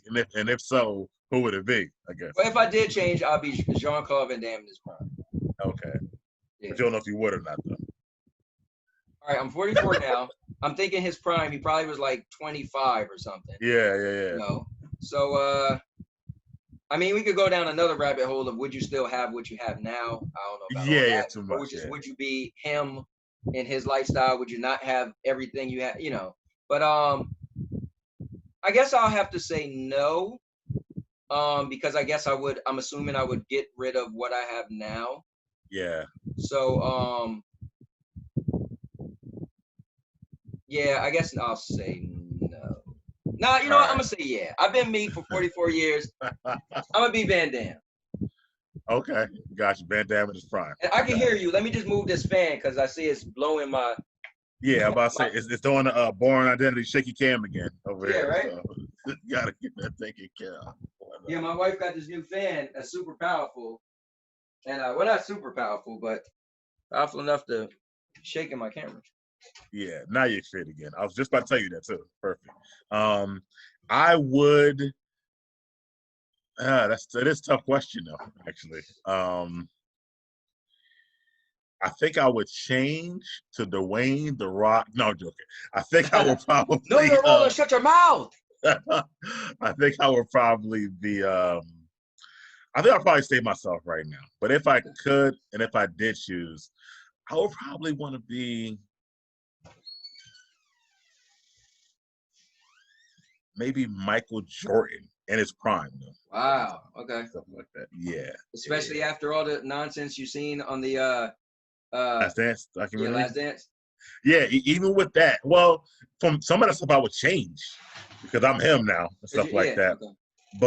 But just the highlights of it all and the skill and all that stuff, I would love to live that life and whatnot. So yeah, I would do that. But right now, I think I would stay myself. You know, I like myself and I'm fine with myself. So. All right. People like me, so we'll go with it. So guys, if you like the book of questions, let us know. We plan on doing this to break things up. I love the book. Whenever I get into a big gathering, I pull it out, and then people are always loving it. I know people who I go to their parties, and they like, dude, bring up the book of questions again. Yeah, it's dope. It's pretty dope. I like it. Yeah. My wife hated it though because she's heard it a million times. So she's like, oh my God, I heard that so many times. But for everybody else who haven't, it's great. Sandy, could you turn that a little bit? It's actually like blowing my no, don't put it on me. It's blowing my my thing and it's making a shape. It's a laptop. It's kind of funny. But all right, Mike, next on the list. It's you, Last of Us, Part 2. Oh yeah. Okay. So real quick, I wanted to get into this. So you know how I did tell you that video games is bigger than the movies, right? Yes. Dude, I haven't beat the game yet, so I'm not spoiling it for anybody. But I just heard that some of the cast of the game is getting death threats because the story, and I'm dying to beat the game now. I might play it tonight. But the story, they did some stuff that people don't like, or not like, that they're really mad at the actor who played a certain character. And they're literally giving death threats to this actor, I won't say who, to spoil it. And they had to release a statement. Naughty Dog, the company that made the game, had to release a statement because people are giving the death threats to this person. Right, for Part 2 or for Part 1? For Part 2. Part 2. Oh, wow. Oh, it's wow. Like, it's so polarized. Because they don't like the story, they don't like that the actor played the person. Huh? Because they don't like the story, or they don't like the actor that played the person? They don't like the story. They're so mad at this person in the story. It's like, dude, it's a video game. Yeah. But it's that deep. Like that. Well, you know, that happens with movies all the time. You know, same thing and whatnot, where people get attached to the character and they don't like them. You know, Game of Thrones, the kid Joffrey, you ain't saying nothing else, right? Because he's so hated after Game of Thrones, they can't even really hire him to be in a show or movie or nothing like that. Yeah. Like, he's Joffrey to everyone for like the rest of his life, basically, and whatnot. And that's in a show that big, especially because that show, you know, if you really think about it, right, it had no American characters in the whole show. Right. So that show spanned the globe. So a show that big, he was hated by millions upon millions of people and stuff like that. So that I can see that with that game. But here's what's crazy. It's a video game. It's like you just hear that person's voice. Yeah. It's crazy. But they know who playing them though. So it's they know. Yeah. You know what I'm saying? It's the It's crazy. same concept. It's what people take on as like a personal vendetta Right. is crazy in this world, these days and stuff like that. So, and the fact that, if you, and that just means that he's doing a good job with the voice, but Hmm. unfortunately he's getting a death threat, so that sucks a little bit. Right. How is the game? Did you beat it? You didn't beat it yet, right? No, I didn't beat it yet. We're taking our time. The last one we had put a limit, like we had to beat it before the new one came out, and Right. we started like maybe a week and a half before it came out, and we beat it an hour before the new one came out, like 12 o'clock midnight. We beat it around 11 o'clock, and an hour later the new one came All right. out. That's why I This take one your we're like time. we don't have a deadline, so we're just taking our time. But we don't want it to be spoiled also. So we're like, all right, like the last playthrough, we played for probably like 3 hours. So Right. we're getting through it. It's really Yeah. good, and the story is like it's something crazy happened, which I know why this person's getting death threats, and we're like, dude, I need to know what happened with this story. Now I need to follow through. You know, Gotcha. yeah, All right, cool. Next up, back to you. Your great adventure trip on Sunday. yeah. So guys, I want to fill you in. So I'm one of those people that I literally think my wife and I, every time something opened up, we were one of the first people to do it. We went to the beach.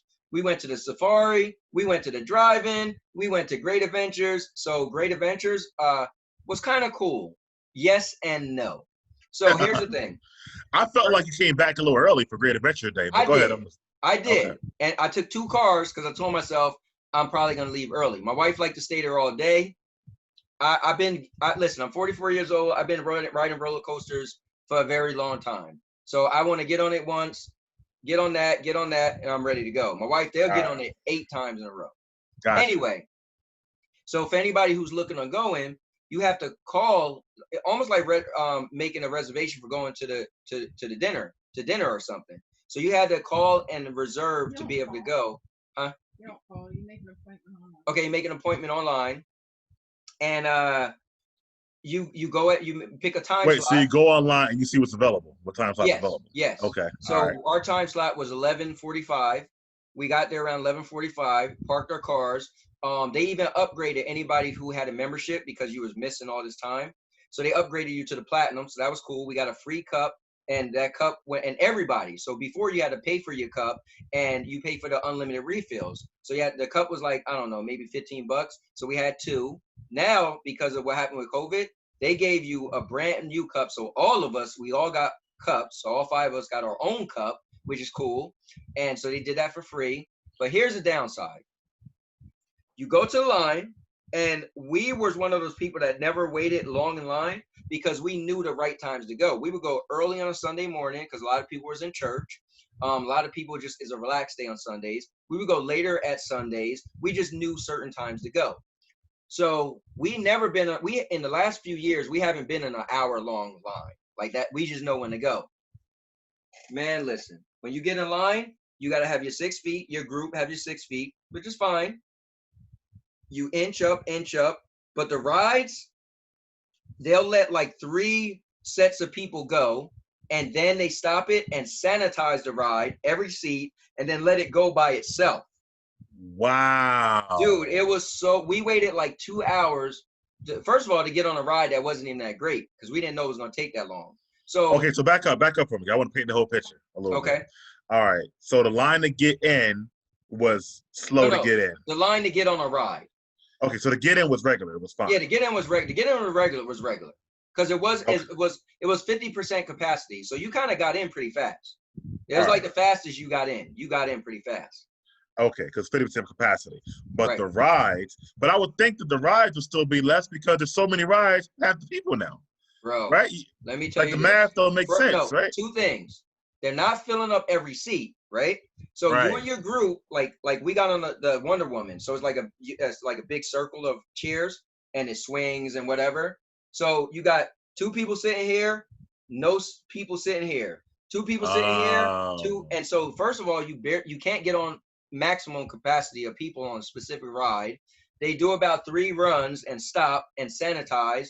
Then you get on, like, it took forever. And the funny thing is, when you look at the line, it wasn't even that many people in line. Like, if it was a regular day, we would have been through. But And did everybody had man, a mask on the whole time, or dude, I said this. No way they're gonna make you have a mask on the ride. You had to have your mask on the ride. that's Yeah, crazy? And I guess the ride conductor person had the mask on too the whole time, or whatever. everybody. That They kept repeating through the park. Make sure you got your mask on.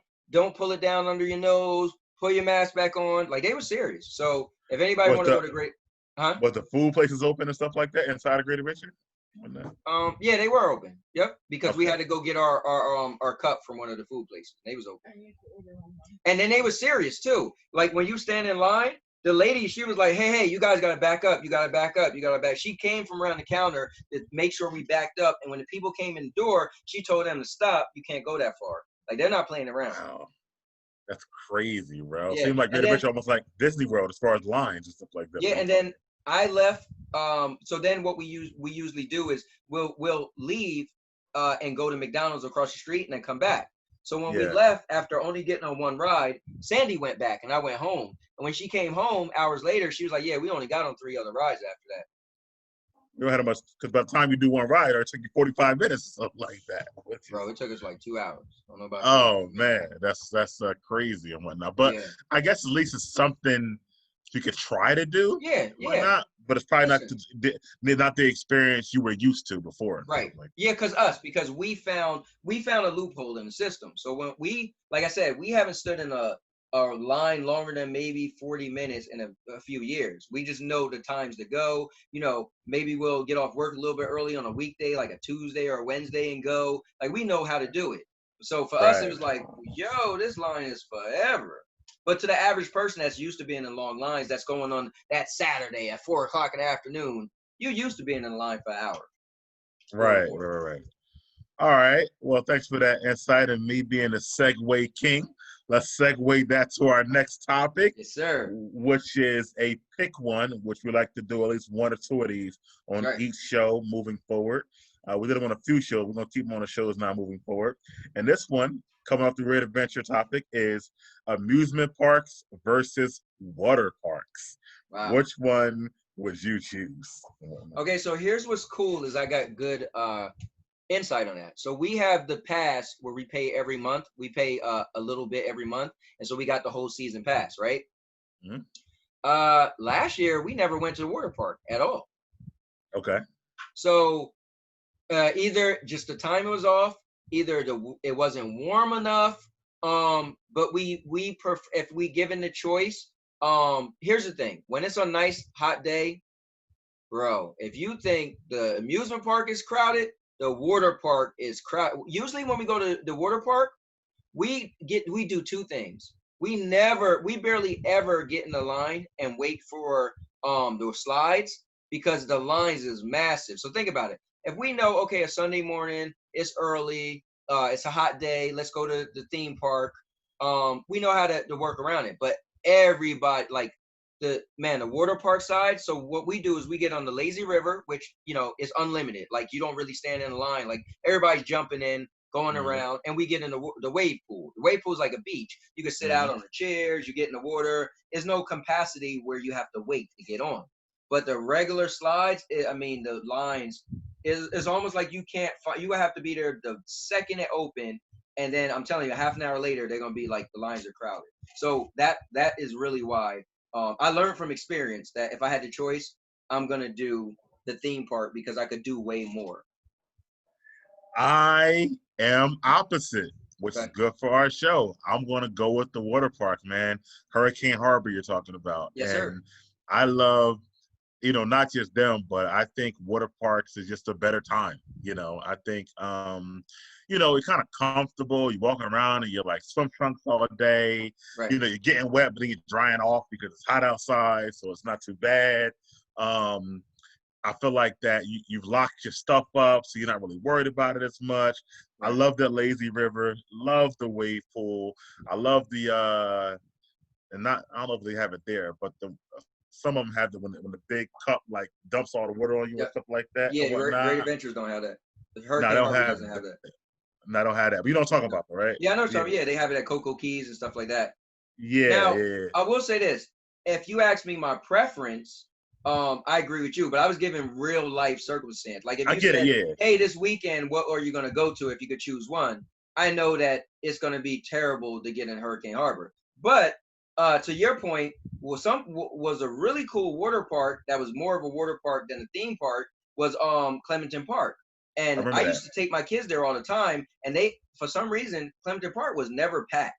You could get on everything. And we always was we spent more time on the water park side. So yeah, if you just said, hey, you had to choose one, like I'm going to the water park. So I agree with you. But in real life circumstances, I just know that the water parks get super crowded.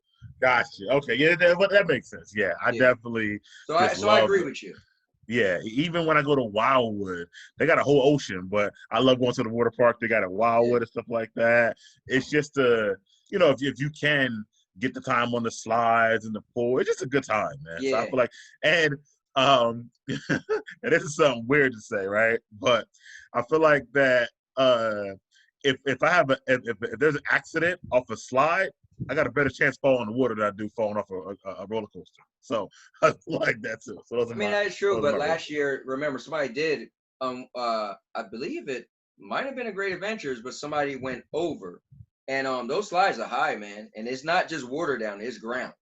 That's true. That's true Yeah. too. But That's true too. but yeah, I mean if you said okay, so I mean it's pretty much what you said, choosing, like your preference. And so yeah, I agree with you. Like if you could get on a roller coaster and you get like I call myself roller coaster broken because I've been on roller coaster so much, when you get that and that adrenaline, like Yeah. I like for some reason it rarely ever hit me. So I'm kind of on there like this. Like literally when we got on Wonder Woman, I was just sitting there like this, like wow, this was really comfortable. This was like a good, like where other people screaming.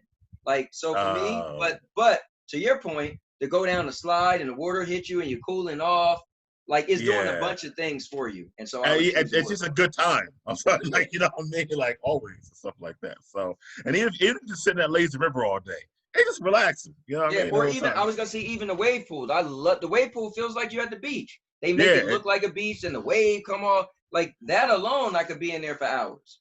hours, bro, at a Yeah, time. Like I feel like, and I will say that too. I feel like when I'm done at like the theme park, I'm ready to go. I'm yes, ready to leave the water park. I'm like, yes, I'm having a good time and stuff like that. So I agree. it really depends on that. And the next one, not as well on that, and last topic of the day will be losing your keys versus losing your wallet. And of course, this is more typically for men in this situation. But Right. what would be your thoughts on that? So on my key fob now, on my keys right now, I got a key fob for my job, which I need to get in the building. Um, Obviously my car keys, and my car only have one key. One key. I don't have a Okay. backup key. All right. And obviously my house keys and my house key and my door key, right? Those are my important things. But in the other side, you got my debit card, my credit cards, my cash, um, my license. I guess the hardest thing to lose on my keys would be my car keys. Because how am I gonna get another key made for my car and I only have one? You got That's to gonna call the be manufacturer and pay a lot of money for it. yeah, that's gonna be rough. Yeah. But the damage that could be done if I lost my wallet may trump me just trying to spend a lot of money to get my car key back. Now, I am one to say I don't worry about that stuff because obviously I'm just going to prove it wasn't me. And then the bank's just going to have to be, see that, Mm-hmm. hey, my thing was stolen in Minnesota. Somebody make a charge and bought a Nintendo Wii. And obviously, um, that's hard though. Because I don't care as much about my wallet being missing, but I know if my wallet was missing, that's gonna mess me up for a little bit. But if my car key, specifically my car key, my job's gonna give me a new key fob. I'm gonna be able to get, a new. My wife also got a key to our room. We just cut another one. Got a key to my door. Cut another one. My car key is the biggest issue. But I guess the hassle of somebody stealing my money and the time it take the bank to give me my money back might be worse. I'm hard on that. I don't know. That's a really good question. Good question, right? Yeah, I thought And I'll talk for a little bit. Think about your answer. all How right, about thank you. Please, thank you. that? So I'm gonna like you said, the keys is tough because again, I only have the one key as well. Oh, you do? Okay. And yeah, I got the one key. I mean, I got the keyless entry, but that's on the keys too. You know what I Right. mean? Along with the key. So I'm still losing that as well. House keys are that's simple. You know what I'm saying? Like you said. I got a key to my safe on my keys.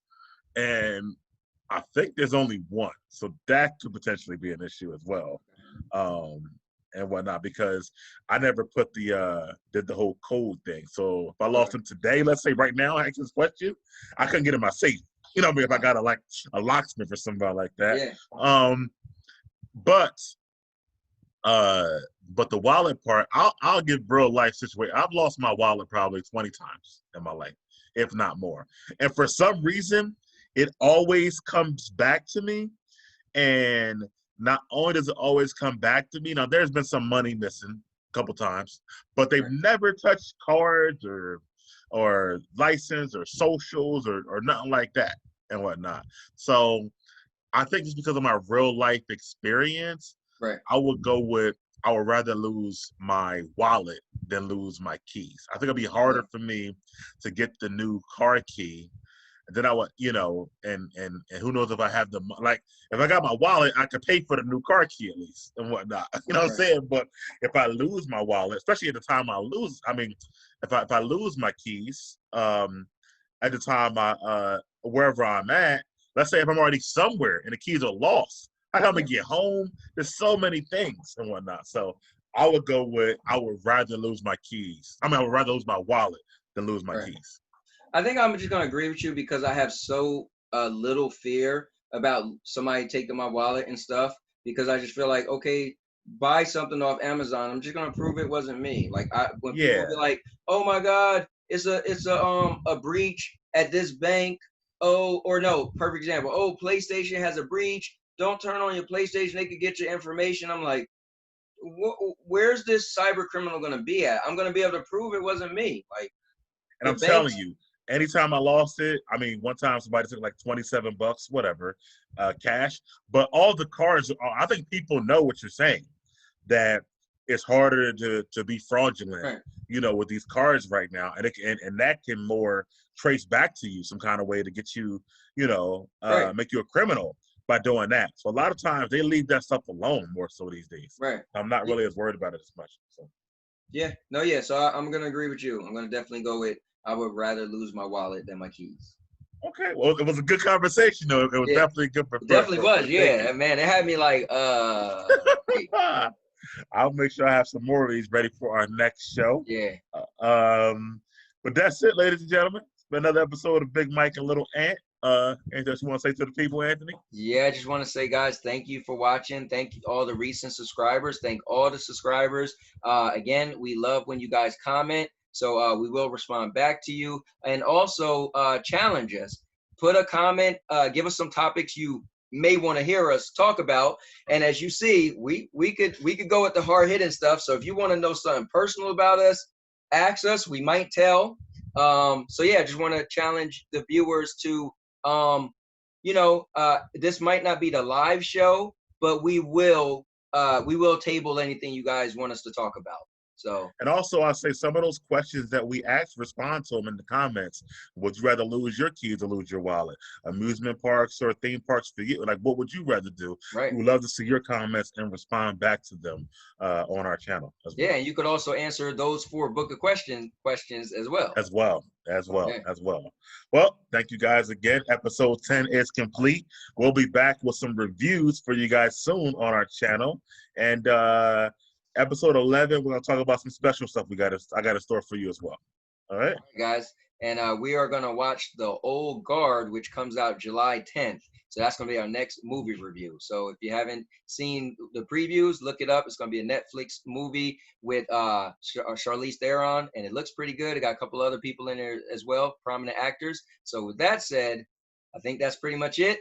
Thank you guys, and stay tuned to the next show. See you later.